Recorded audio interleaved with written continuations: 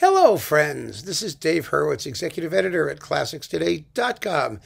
Some of you have been asking, when are you going to get to Handel's operas or Baroque operas in general? I mean, not a lot of you, but some. I mean, I'm not entirely convinced that this is going to be a mass movement, but I have to confess, I really like Baroque opera. I like it because the same reason Baroque people liked it, because it's musically dazzling, at least for the singers, for the most part, and the plots are entirely predictable.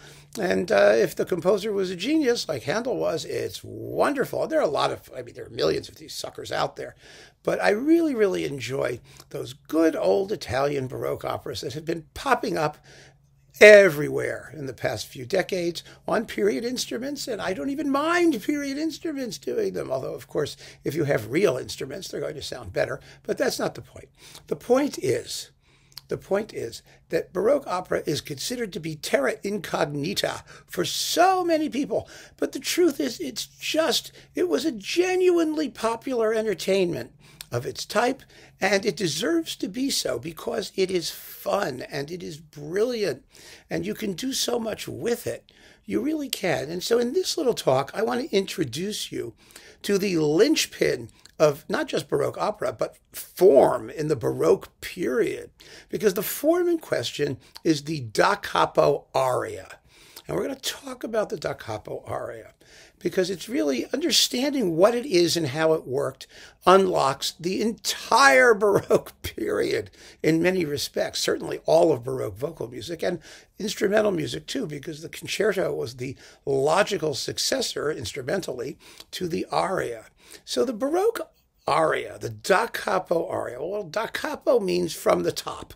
From the head. Take it from the top. I don't even use that phrase. Take it from the top. Well, it's Da Capo. Do it from the beginning. And that's what that means. Da Capo arias, are simply arias, songs, an air, which is a song, in A-B-A form.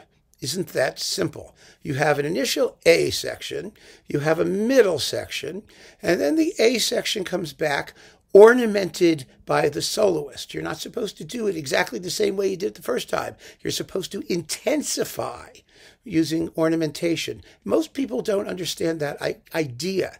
The idea of ornamenting is not just to show off your vocal pyrotechnics, although you should, and it's fun when you do. But the real purpose of ornamentation is to show that the second time around, you're even more serious about whatever the words were than you were the first time around. It's supposed to enhance the expressive intensity of the music. And so if your ornaments don't do that, then you're not ornamenting correctly. You're really not. You need to be able to somehow make it mean more the second time you do it. And since the words are usually pretty sparse, and they're going to be repeated 176 trillion times in the course of the aria, usually, you have a lot of opportunities to do something with them. And so I am going to play some samples of Da Capo arias because, you see, when the form of something is simple, as this certainly is, just ABA, the overall form, the devil is in the details, and small changes have big implications for how something is going to work. Previously, people sort of sneered at Baroque opera. They said, wow, it's just this endless string of Da Capo arias. Well, yes, it is. But the Da Capo aria, like sonata form in the classical period and since, is infinitely variable. You can do a bazillion things with it. And we're going to look at some of the bazillion things the composers, that Handel particularly, did with it. And you'll get a sense just of how much variety you can pack into these suckers, and therefore how much wonderfulness you can build into your opera. Because the average Baroque opera, or Handel opera, has about 50 to 60 independent numbers in it, in 3 acts usually. Now, that's a lot of stuff. Right? But they can be tiny or huge. And every time someone else comes on, it's a scene change. And so that's considered a different number.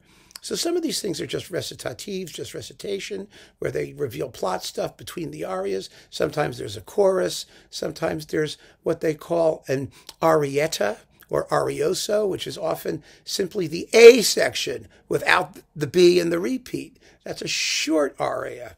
And that type of aria is actually fairly well known. Handel's most famous operatic tune, Ombra mai fu, the Largo from Xerxes, or Circe in Italian, that is an arietta. It's an A section without the B and without the repeat. And that's all that they worked with, basically. But once you understand what the range is, then you know what to listen for. And once you know what to listen for, you're going to be hooked. It's that simple. So let's get right to it.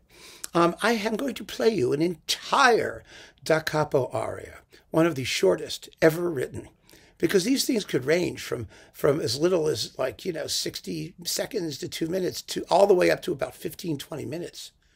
I mean, they really can. They could be really long and really short. That's how flexible it is. That's how versatile it is. It depends on the dramatic situation and what the singer wants to say and what the text is and all of those things. But we're going to do a little bit from Handel's Semele. One of the reasons I haven't been able to do so much with Baroque opera is that all of the big recordings of it are with major singers on major labels, and I don't have permission to play samples. But thank goodness Chandos has given me some permission, and they've got a lovely selection of Handel operas, and I've got, of course, Naxos, and I've got a couple others now, and I might be able to do it. So we're going to do it. This is from Semele. Now, Semele, it's a wonderful story. Jupiter is in love with her, and Juno is, of course, terribly jealous and arranges for Semele, who is incredibly narcissistic and stupid, to promise Jupiter that he will grant her every wish. And, of course, he does. And so she says she wants to see him in his true form. Well, what she doesn't know is that his true form is too dazzling for mortals to look upon, and she's going to turn into French toast as soon as she looks upon him. And so, of course, he has to grant her wish, and she looks upon him, and she gets fried to a crisp. And that's the end of Semele. So after she gets fried to a crisp, this is in English, by the way. It's an opera in English. Handel billed it as an oratorio because he wasn't doing operas at that point in his life. But when people went to see it, they went, holy crap, it's a bawdy opera, which of course it is. Anyway, so the bottom line is that once she's been fried to a crisp and she's toast, Juno sings the bitchiest aria in all of vocal music. I mean, bar none. It's called Above Measure is the Pleasure My Revenge Supplies. She is so smug, so happy. And here are the words. I have to tell you the words. They are wonderful, by the way. One of the things about some of these librettos is the words, some of these arias are just terrific. I mean, there's a lot of poetic hoo-ha and whatnot that you have to get through. But usually the text is rather short, and it's just fun. Here are the words. The words are, let's see, the A section, above measure is the pleasure which my revenge supplies. Love's a bubble gained with trouble, and in possessing dies. That's the A section. The B section is, with what joy shall I mount to my heaven again, at once from my rival and jealousy freed? The sweets of revenge make it worthwhile to reign, and heaven will hereafter be heaven indeed. It's great. She is such a bitch. It's fantastic. And I mean, you feel sorry for her because she's right, of course. Juno is a pig, and Semele is absolutely, an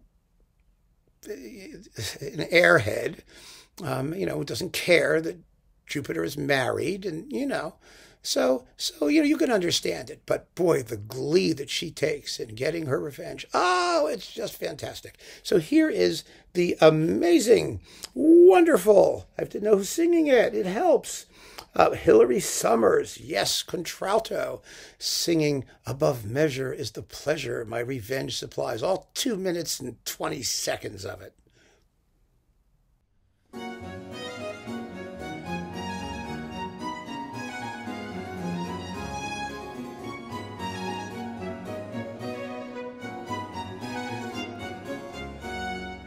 Above measure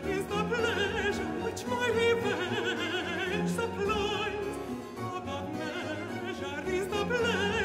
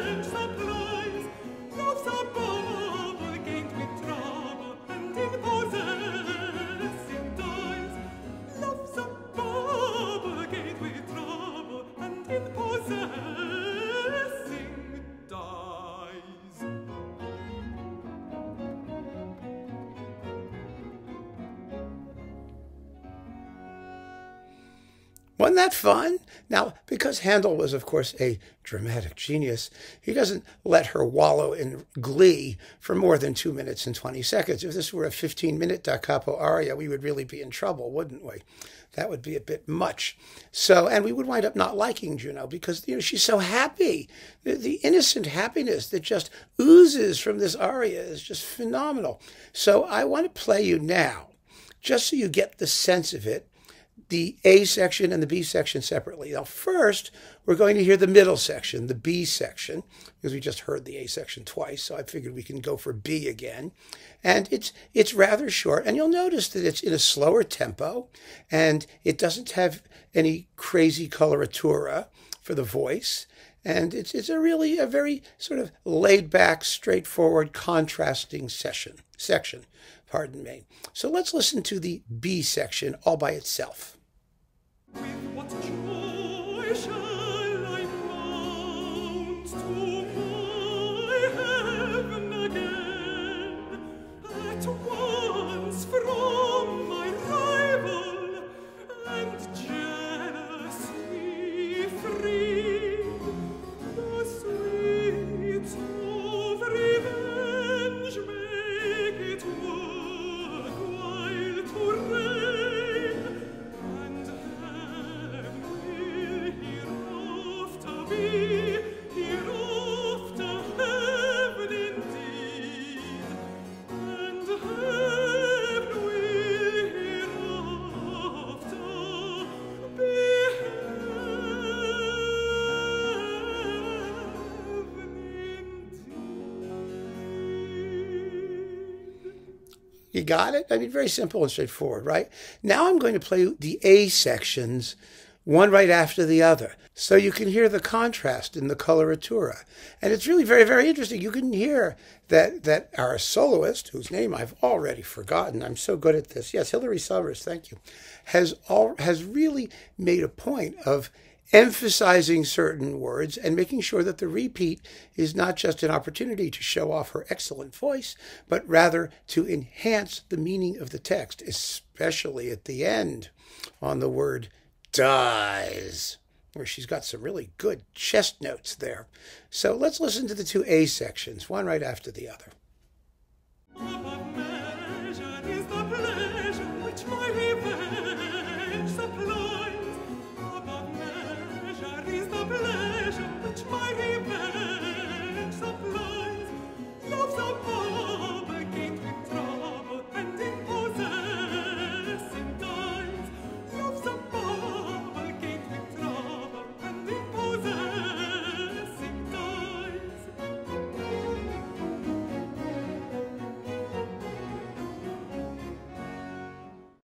Above measure is the pleasure which my revenge supplies. Above measure is the pleasure which my revenge supplies. Love's a bubble gained with trouble and in possessing times. Love's a bubble gained with trouble and in possessing times.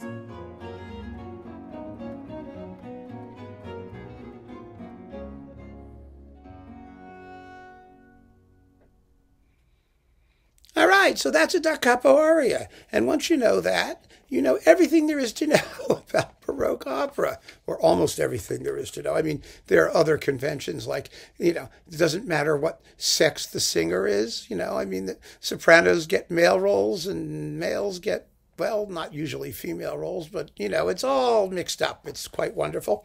So anyway, but that was the early opera company under Christian Kernan on Chandos. Now, one of the things you noticed about that little da capo aria is that we had a quick A section and a slow and somewhat mild B section. That doesn't have to be the case. You can have a very, very slow A section and a very, very fast B section. One of the best examples of that I can play you comes from Giulio Cesare, or Julius Caesar, one of Handel's very, very greatest operas.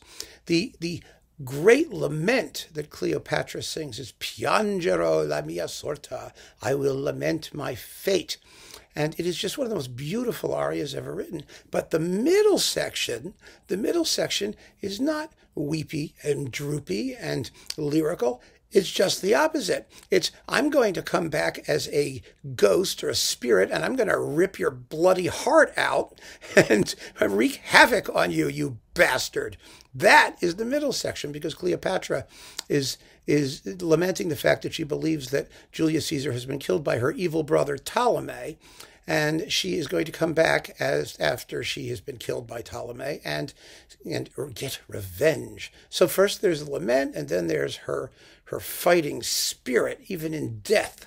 And in this particularly wonderful performance, also on Chandos, we have Charles Mackerras doing the whole thing in English. Janet Baker is Julius. She's the guy.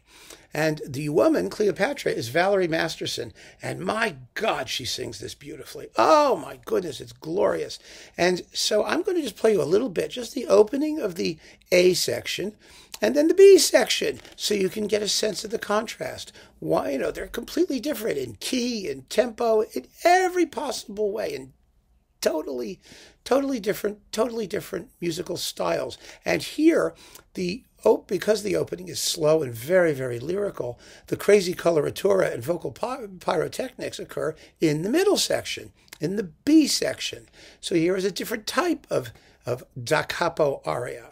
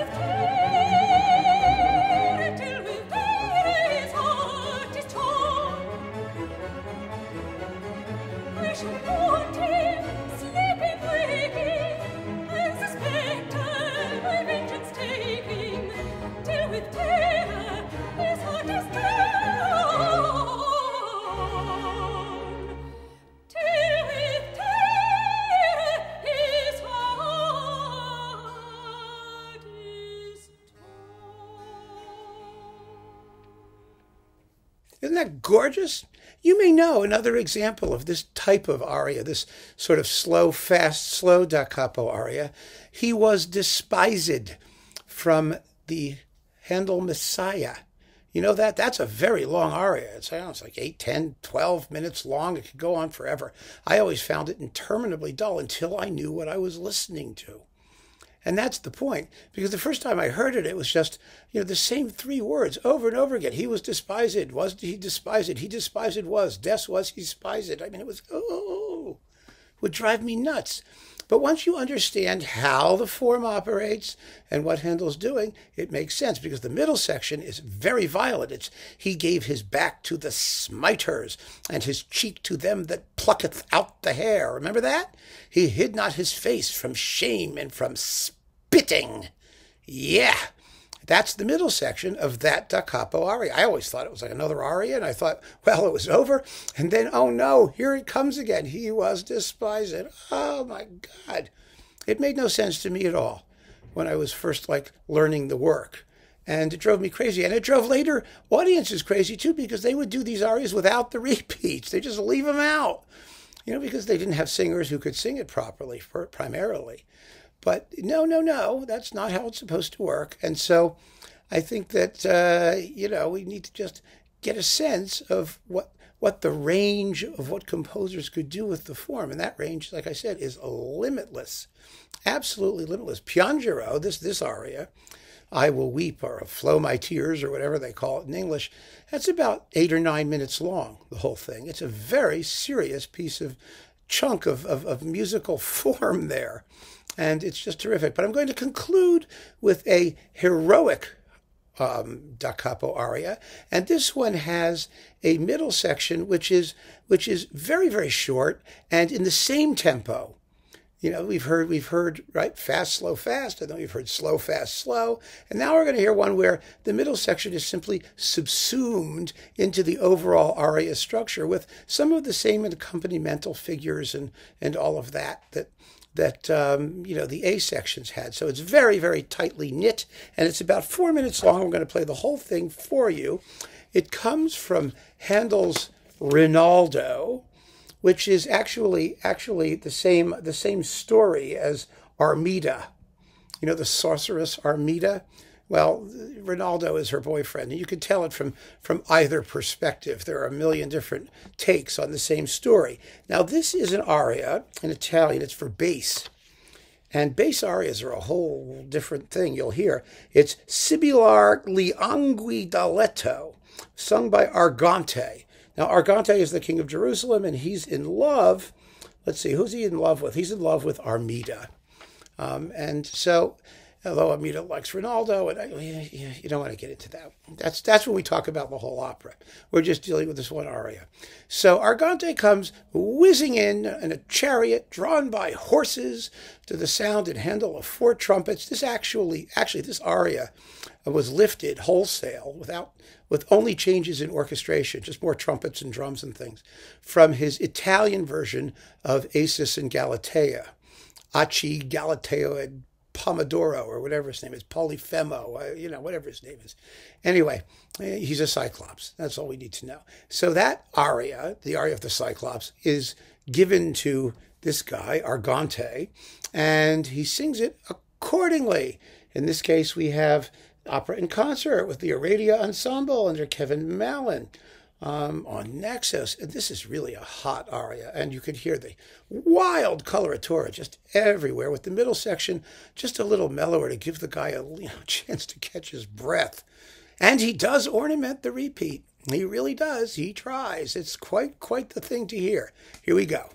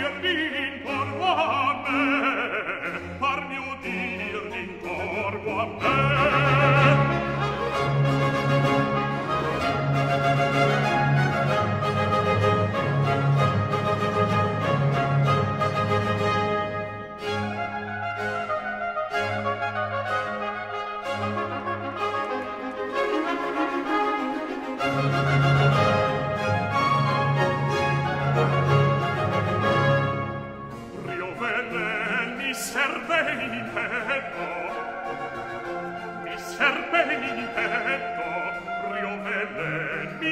penitendo,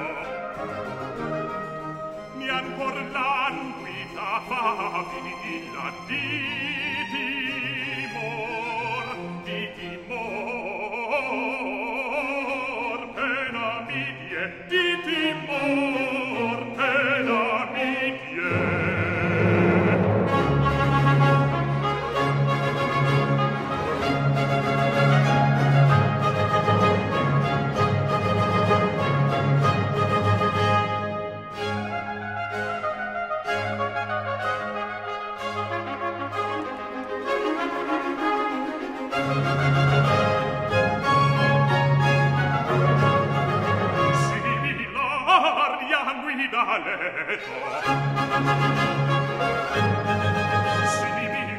Aria guida letto e la allora c'è scida parmi o dirmi torna parmi o dirmi torno a me